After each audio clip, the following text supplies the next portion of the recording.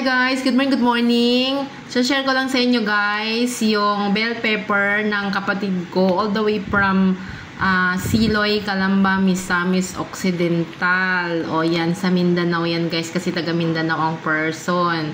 So makita mo naman guys yung kanyang bell pepper ay medyo may edad na, may katandaan na, pero patuloy na nagpo-provide ng magagandang klase ng bunga dahil kay Organic Full Harvest Microbial Inoculant for Soil Conditioner o pinakapangdilig, at yung ating Organic Full Harvest Root and Deep Fertilizer pinaka-maintenance niya.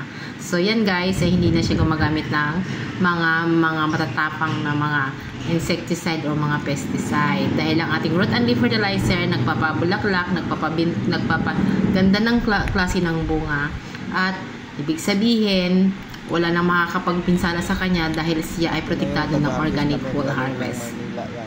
So maliban dyan guys, sa kanyang bell pepper ay meron din siyang katabi na ampalaya, at marami pa siyang mga tanim like mga watermelon, kalabasa, at higit sa lahat meron din siyang alagang baboy na kung saan naka-Organic Full Harvest Microbial Inoculant as probiotic. At siya na rin ang ginagamit niyan na disinfectant ko, kaya ang kanyang baboyan ay walang amoy. So shout out diha sa among mga silingan diha sa Siloy, Calamba, Misamis Occidental, sa mga suwagon ug sa mga kaparentihan din ha. No? So nang maara niya akong i-share ninyo guys nga unta ang mga farmer diha, ang mga Bisaya ay mag-PM mo kung sa may pamaagi ani para ma-share na ko ninyo, no? So that's it for now guys. Follow for more.